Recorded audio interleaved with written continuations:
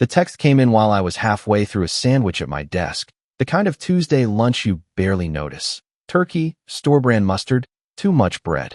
I was answering emails, watching the little cursor blink on a spreadsheet I didn't want to finish when my phone buzzed. We all voted. Thanksgiving's at your cabin this year. My cousin Emily had texted. Make sure there's enough beds for 26 people. I stared at the message for a good 10 seconds, rereading it like maybe it would change if I blinked hard enough. My thumb hovered over the keyboard, but I didn't reply right away. Instead, I just leaned back, staring at my phone like it had personally offended me. Let me back up. I'm Nathan, 34 years old, living in Oregon. I work in finance. Not exciting, I know, but I like the stability. After years of renting in the city, I saved up and bought a cabin 2 years ago. It's nothing fancy, just a 2-bedroom tucked into the pines near Mt. Hood, with a wraparound porch and the kind of silence you can't get anywhere near I-5. It's my peace, my retreat. I go there to disconnect, hike, write, sometimes just to drink a cup of coffee in absolute silence without anyone asking me when I'm going to settle down. My extended family. Let's just say they operate like a pack of wolves. There's a weird hierarchy, lots of entitlement, and somehow the loudest voices always win. I'm not especially close with most of them. I have one older brother, Jason, who's fine in small doses, and my parents, who retired and now bounce between Arizona and Florida, depending on which one has better golf weather. But the rest, cousins, uncles, aunts, they're a chaotic mix of freeloaders, passive-aggressives, and self-declared family leaders who never ask, they announce. Emily, the cousin who sent that text, is the unofficial queen bee. She's 39, married to a guy who sells luxury wellness supplements. He's been under FTC investigation twice and has 3 kids who treat other people's homes like indoor playgrounds. Emily has this way of making everything seem like a group decision, when really, it's just her deciding and looping you in too late to say no. This wasn't the first time she tried something like this, but it was definitely the boldest. I typed back, absolutely not. She responded in under a minute. Too late. We're already driving up. That emoji. The audacity. I felt my jaw tighten as I set my phone down. I was shaking, just slightly, the way you do when you're so stunned by someone's entitlement that you don't even know how to process it. Driving up? To my property? Without asking? A dozen thoughts raced through my head. I hadn't been told about any vote. No one had reached out. I scrolled through the family group chat, one I usually muted, and saw a few vague messages from earlier that week. Emily had floated the idea of a woodsy, cozy Thanksgiving, tagged a few people with "What do you guys think?" and then a flurry of "Love this" from the usual suspects, our Aunt Marilyn, her adult kids, and Jason, who probably just wanted to avoid hosting at his place. No one had even asked me directly, and now she was on her way, with 25 other people. I called her, straight to voicemail. Of course. I texted again, "Do not come to my cabin." I didn't agree to this. She didn't reply, but a few minutes later, I got a ping in the group chat. "Emily, yay. So excited for this weekend. Nathan's cabin is going to be perfect." That was it. Not a word to me. Just a public announcement. And everyone started responding. "Can't wait. We'll bring extra blankets. Shotgun the guest room. We'll be there Friday morning, Nathan." My stomach sank. It was like I'd been volunteered for something without being in the room. And now everyone was piling on. I typed, "I never agreed to host Thanksgiving. Please do not come to my cabin. It is private property." No one responded. Not one person acknowledged it. I stared at the screen in disbelief. Then I saw Emily typing, "LOL, don't be dramatic, it's just a few days, and it'll be so fun. Family first. Family first." That was her favorite line. Usually deployed right after she'd taken advantage of someone, dropped her kids off without warning, or forgotten to pay her share of the vacation rental. I felt my heart racing. It wasn't even about Thanksgiving at that point. It was about the blatant disrespect. The way no one thought they even needed my permission. I opened my calendar. It was Tuesday. Thanksgiving was in 2 days. I texted Jason. "Me? Did you know about this?" Jason. "Yeah, they mentioned it. Figured you were cool with it." Me. I never agreed. Jason. "Well, it's kinda too late now, isn't it?" Too late. I stood up and paced the living room. My laptop buzzed with another meeting invite, but I ignored it. I couldn't focus. All I could think about was the image of 26 people pulling up my gravel driveway, hauling coolers and air mattresses and loud toddlers, treating my quiet cabin like a free Airbnb. And somehow, I was the bad guy for not being okay with it. It wasn't just disrespect. It felt like they didn't see me as a person with boundaries. I was just Nathan with the cabin. A resource. A tool to be used. I thought about the last time I saw Emily, at my parents' anniversary party. She complained nonstop about how tiring it was to always be the one hosting holidays, how no one ever offered. I remembered her cornering me near the drinks table, joking, "You should really open up that cabin of yours sometime. It's selfish to keep it all to yourself." I'd laughed it off, but now, it felt less like a joke and more like a warning shot. And the worst part? They were really going to do it. Show up. Just barge in, expecting it all to be ready. Because they always got away with it. Because no one had ever told them no. I looked at the time. 2:14 p.m. If I left now, I could get to the cabin by sunset. My hand hovered over the car keys. They wanted drama. They were about to get it. And not the kind they could guilt-trip their way out of. I grabbed my coat, locked up the apartment, and started driving. I had just enough time to make one phone call before I lost signal up in the mountains. And that call would change everything. By the time I pulled off the main road and onto the gravel path leading up to the cabin, the sun was already melting behind the pines. The temperature dropped sharply, and the silence up there was the kind you could feel in your bones. Clean, cold, untouched. It was the kind of quiet that had first drawn me to this place, the kind that felt like a reset button for the soul. But tonight, there was a tight knot in my stomach that wouldn't loosen. I parked, killed the engine, and just sat for a second, breathing through the steering wheel. My phone had lost signal 20 minutes ago, and I hadn't heard back from anyone. Not that I expected them to reply, but that just made it worse. It wasn't just the assumption that they could take over my cabin. It was the total indifference to my voice in the matter. I wasn't a host. I was a placeholder. I stepped out, boots crunching against the gravel, and stared up at my place. 2 bedrooms, a fire pit, a small loft I'd turned into a reading nook. I'd spent over a year fixing it up, spending weekends and vacation days patching the roof, staining the deck, replacing the plumbing. It was mine, not a family timeshare, not a vacation rental. Mine. I opened the door, flicked on the lights, and felt that familiar warmth hit me. The kind that made everything slow down. Normally, this place was where I came to not think. To sit by the fire, sip bourbon, and let time pass without consequence. But tonight, that calm was tainted, invaded by the knowledge that I had 48 hours before a parade of chaos arrived to tear it apart. I checked the pantry. A few cans of soup, some boxed pasta, coffee, whiskey. Definitely not stocked for 26 people. I hadn't planned on coming up here at all this week. I was supposed to be with a friend in Portland for a quiet dinner, maybe board games. Nothing big. Certainly not this. My thoughts were interrupted by the low crunch of tires on gravel. My heart dropped. I looked out the front window and saw headlights. It was Jason. He stepped out in a hoodie and jeans, looking completely unbothered, holding a paper coffee cup like he was just casually dropping by. He waved as if this was normal. "Figured you'd come up," he said, walking up the steps. "Knew you wouldn't take that text well." I didn't answer. Just opened the door and let him in. "You seriously didn't know?" I asked. He shrugged. "Emily mentioned it in the chat. Said she had a plan. I figured you'd be cool with it." "She never asked me." "No one did." He looked around like he was inspecting a hotel room. "Come on, man. You never use this place for holidays. And it's not like you've got plans." She figured it'd be easier to just make the decision. Easier for who? He didn't answer. I watched him walk into the kitchen, open a cabinet, grab a glass like it was his own house. "I'm not hosting Thanksgiving," I said firmly. He gave me that look, half amused, half dismissive. "Well, technically you are. Like, it's already happening. People are on their way. Emily's rented a van. Aunt Marilyn's bringing folding tables. I think Eric's picking up 2 turkeys. Did anyone bring permission?" Jason sighed and leaned against the counter. "Look, you're making this way bigger than it needs to be. It's family. It's a few days. Just let it happen. It's not worth the drama." I stared at him. That sentence. That attitude. Just let it happen. Like I was supposed to roll over for the sake of peace. Like boundaries were optional if it made things easier.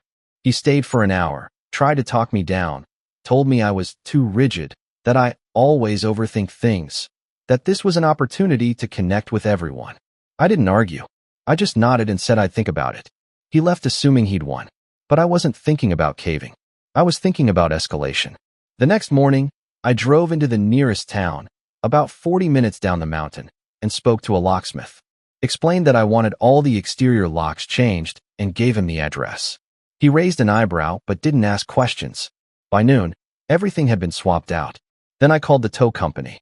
Hypothetically, I asked, if someone parked on private property without permission, like, say, blocking a driveway, how fast could you be up here to move them? The dispatcher didn't hesitate. We've got 2 drivers covering that route. We'd be there within the hour. Perfect. I picked up 2 thick chains from the hardware store and a heavy-duty padlock. By the time I got back to the cabin, the place felt different. Not just physically, emotionally. Like I'd drawn a line. Like the house knew I was finally defending it. I didn't tell anyone what I'd done. I just waited. That night, I sat on the porch with a blanket, watching the trees bend slightly in the wind. A hawk screeched somewhere overhead. The air was so clean it hurt to breathe. I thought about what I'd say when they showed up, whether I'd even bother explaining. And then, at around 10 p.m., I got a call. The signal was weak, but it went through. Emily. I didn't answer. I let it go to voicemail. Then another. Then a text. Hey, just wanted to confirm we're coming tomorrow morning. Around 11-ish. Hope you're excited. No question mark. No can we still come? Just blind confidence. A few minutes later, she sent another. We'll need space for 3 cars plus the rental van. Oh, and if you could make sure there's enough coffee and milk for breakfast, that'd be amazing. See you soon. I didn't reply. I just stared at the screen, the cold creeping into my fingers despite the blanket. My jaw clenched. There it was again. That relentless entitlement. The next morning, the messages picked up. 8:14 a.m. On our way. 8:27 a.m. ETA 10:48. 9:03 a.m. What's the gate code again? There was no gate code. Not anymore. At 9:30 a.m., I left the cabin and looped the thick chain around the bottom of the long driveway entrance, right where the gravel met the main road. I locked it tight and posted a small wooden sign. Private property. No trespassing. Vehicles will be towed. And then I waited. I made coffee. I turned on the fireplace.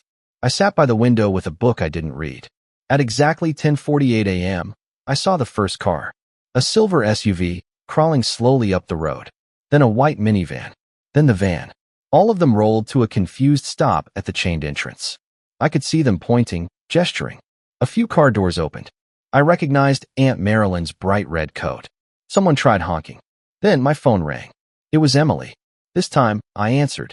Hey, I said flatly. What the hell is this? She snapped. No emojis now. There's a chain across your driveway. We can't get in. I know. She paused. Well, take it down. We're here. No, you're not. Nathan, this isn't funny. We've got food. Kids. We've been driving for hours. You weren't invited. You said absolutely not like a joke. Come on. No, Emily. I meant it. You didn't ask. You just decided. She scoffed. It's Thanksgiving. You're really going to turn away your whole family over this. You turned yourselves away. I hung up. A minute later, she called again. I didn't answer. Then Jason called. Then Aunt Marilyn. I turned my phone on Do Not Disturb.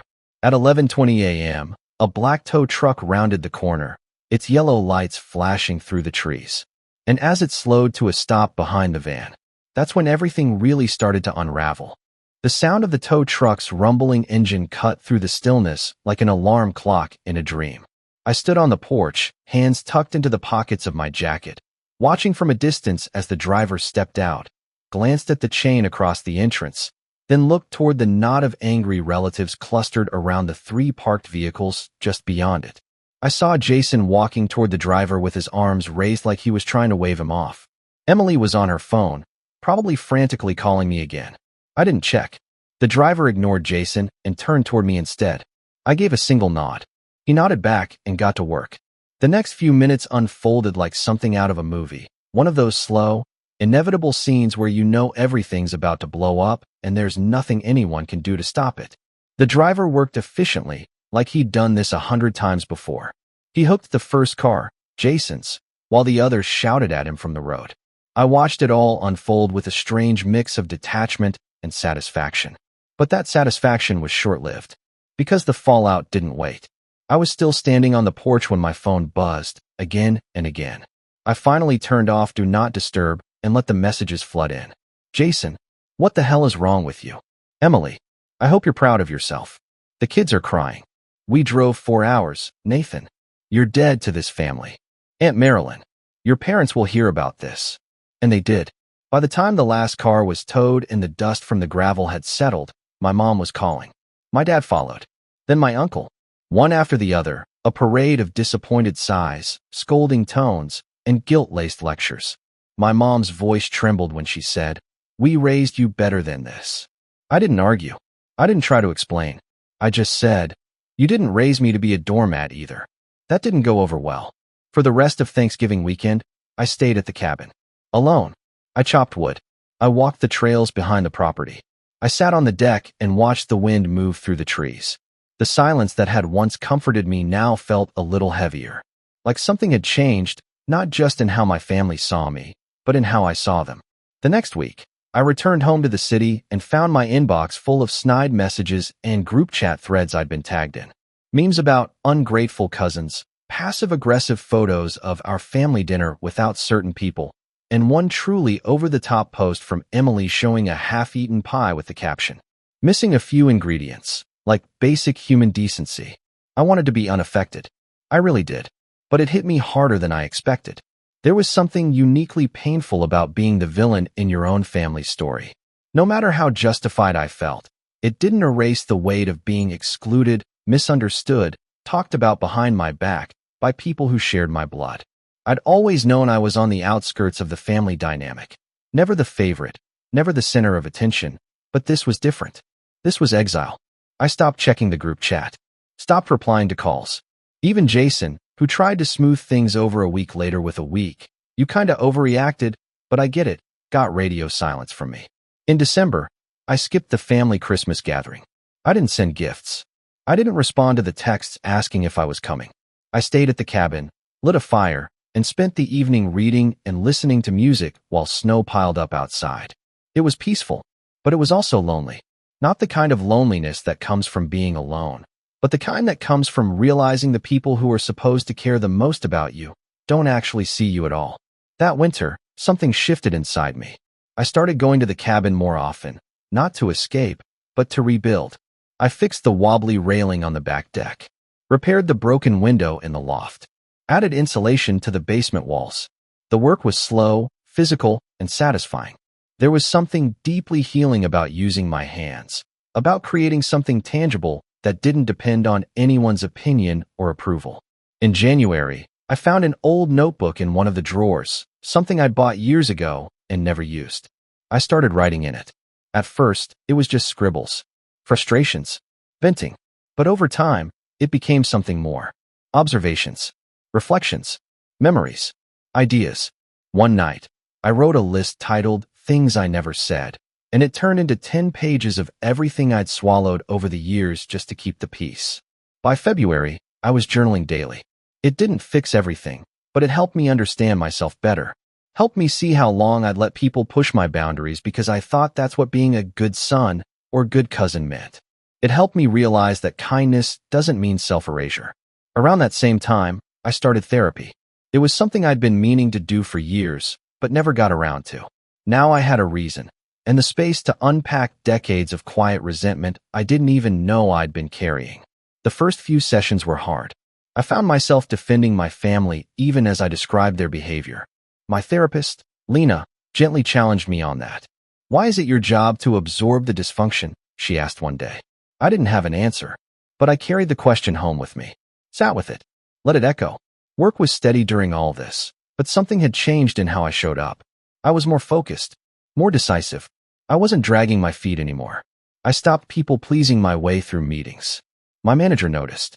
I got invited to take on a lead role in a new project. Then came a quiet promotion. No party, no big announcement. Just a raise and a new title. I didn't tell my family. I didn't tell anyone. It felt like mine. In the spring, I bought a set of handmade kitchen knives I'd been eyeing for years. I learned to cook properly, not just bachelor meals, but real, thoughtful food. I hosted one quiet dinner for a friend from work, then another for a couple from my hiking group. They were small, intimate evenings.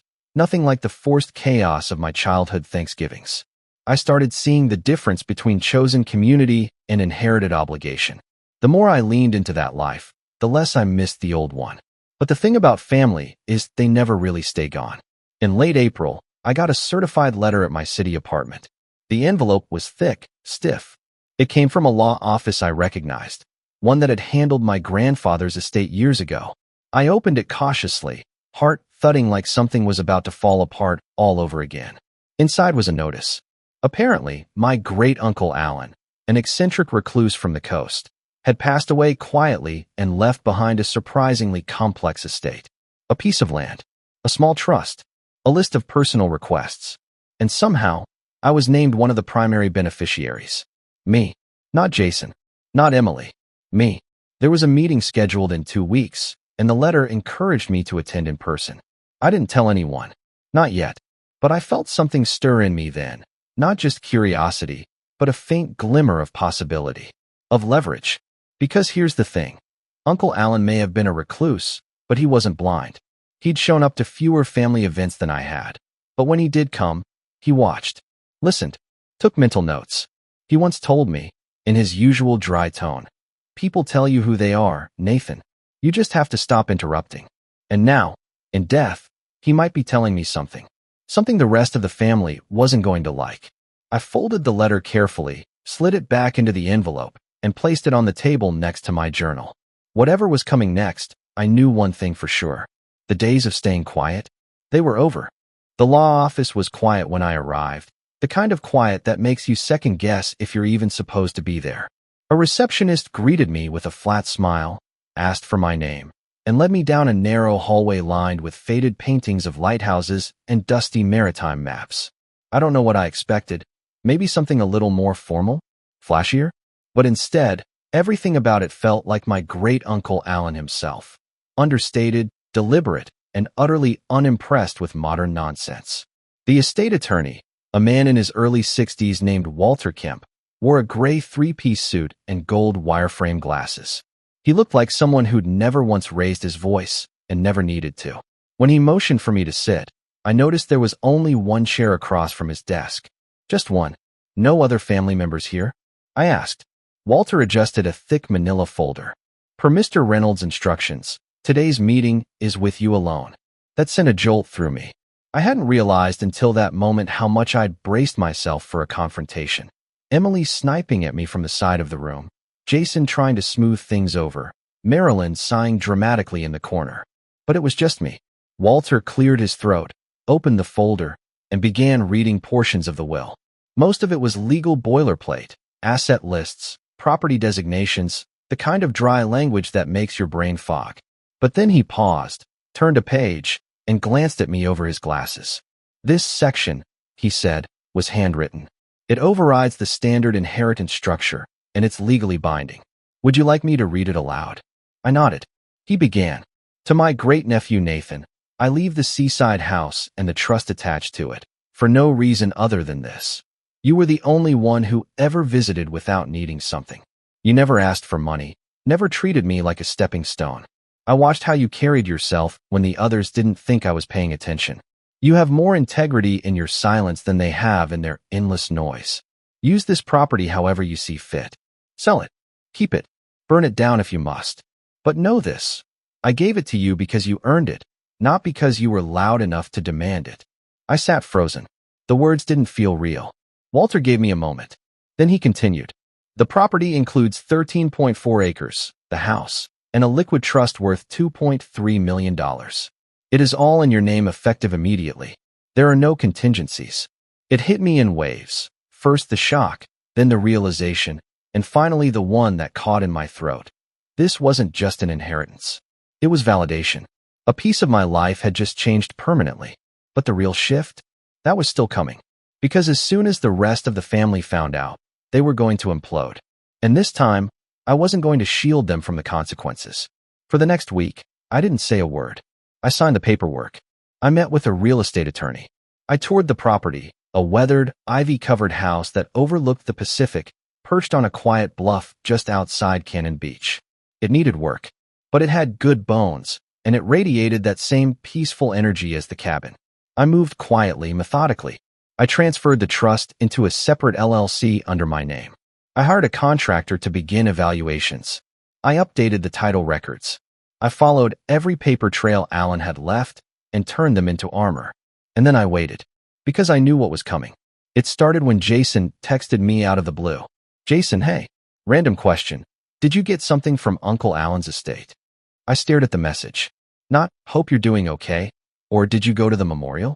Just straight to the point. Classic. I replied, "Yes." 2 minutes later. "Jason, what did you get?" "Me." That's between me and the attorney.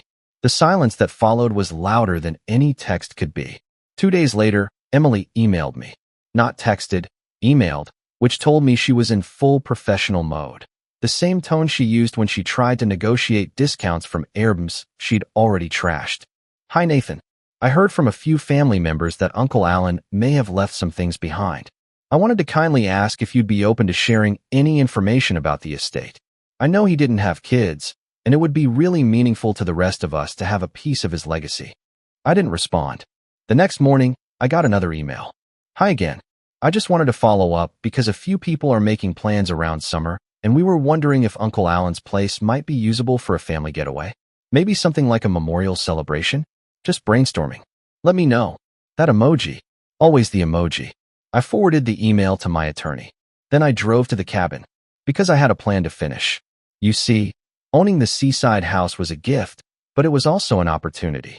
And the more I thought about it, the more I realized I didn't just want to cut myself off from the family. I wanted to redefine my role.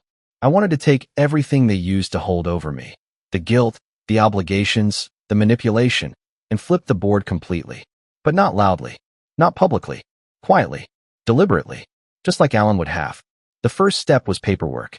I created a separate trust fund, not for the family, but for future maintenance of both properties, the cabin and the seaside house. I named it the Reynolds Legacy Fund. The catch? It could only be accessed by me or a named successor I appointed in writing. No more open doors. No more shared resources. Second, I rewrote my will.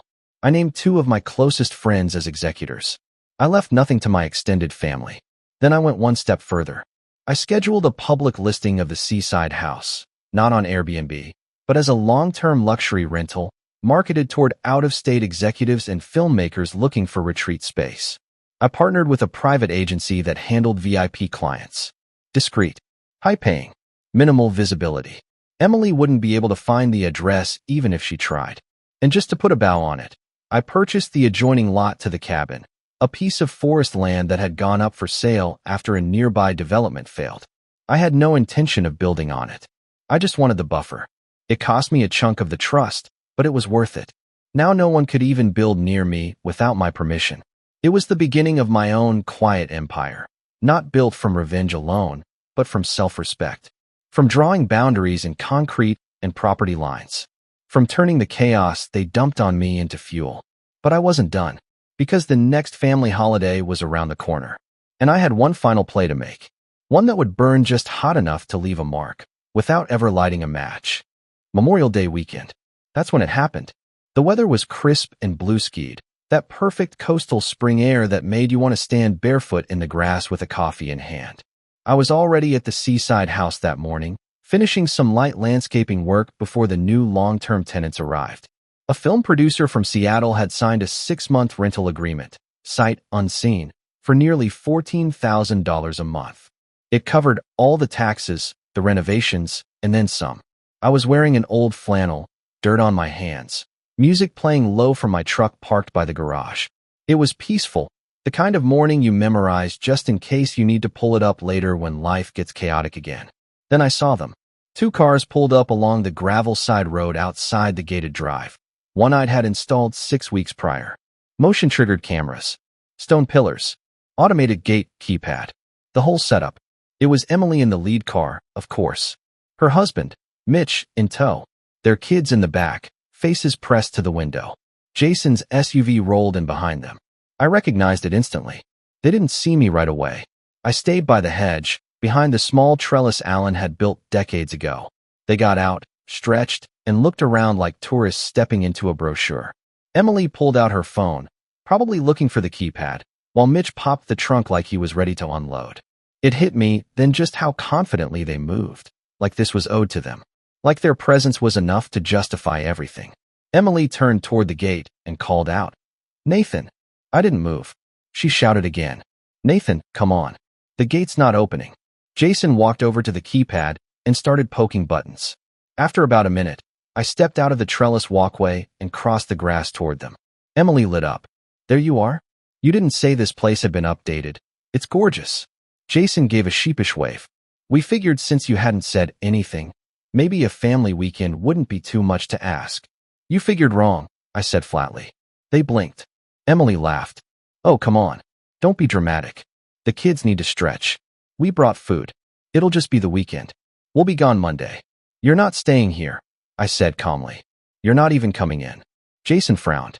"Is this about Thanksgiving again? You're still holding on to that." "This isn't about Thanksgiving," I replied. "It's about everything. And it ends today." Emily folded her arms. "Nathan, it's a family house. Uncle Alan wouldn't have wanted you to just hoard it." I held up my hand. "Uncle Alan left me this house. Specifically, in writing. You all received copies of the will. If you're still confused, I'm happy to forward it again." Emily's lips tightened. "We just assumed you'd do the right thing." I shrugged. "I did. I legally locked this property down and listed it with a private agency. It's currently under lease to a high-profile tenant. You're trespassing, and you're being recorded." Mitch finally spoke. "Are you serious?"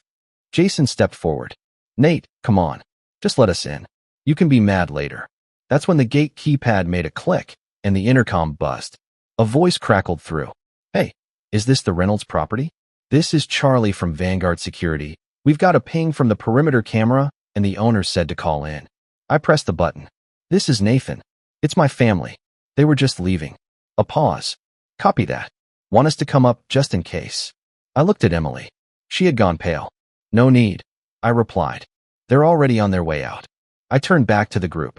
"You don't belong here. And before you ask, no, you're not getting access to the cabin either. I bought the adjoining land. I fenced the trails. I registered the easements. Everything is locked down. There is no more dropping by. There is no more family getaway." Emily's voice cracked. "You can't just cut everyone off." "You already did that," I said. "When you turned my boundaries into jokes. When you taught your kids that my home was a playground. When you used guilt like a debit card with no limit." Jason tried again. "So what? You're just out." "I'm free," I said. He stared at me, and for the first time, I saw it. Realization. Not just that I meant it, but that there was nothing they could do. No argument. No manipulation. No twisting of the family narrative. It was done. I nodded toward the road. "Goodbye, Emily." Her eyes flashed. Anger, confusion, maybe even a flicker of guilt, but she said nothing. She turned, barked at Mitch to grab the kids, and slammed her car door so hard it echoed. Jason lingered a second longer. "This doesn't feel right." I looked him in the eye. "It's not supposed to. That's how growth feels when you've never done it." He opened his mouth, but said nothing. Just turned and walked to his car. The engine started. Gravel crunched. And within 2 minutes, they were gone. No fireworks. No screaming. No threats of lawsuits or social media tantrums. Just gone. I stood there for a long time, watching the dust settle on the road, breathing in the ocean wind and the smell of pine. My phone buzzed once, an alert from the security system noting that the vehicles had exited the perimeter. I smiled. Later that evening, I opened my laptop and wrote one final email to the extended family group chat. It was short. "Dear family, effective immediately, I'm stepping back from all family gatherings, group decisions, and inherited expectations. My properties are no longer available for use. I won't be replying to messages requesting otherwise. If you reach out, please know that silence is not an invitation, it's a boundary. Wishing you all peace, Nathan."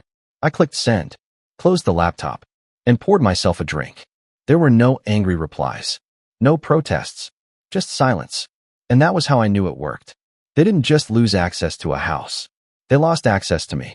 And I had finally reclaimed myself from a lifetime of being the easy one, the quiet one, the one who never made waves. Not anymore. Now, the waves were mine. And for the first time in my life, I wasn't afraid to make them.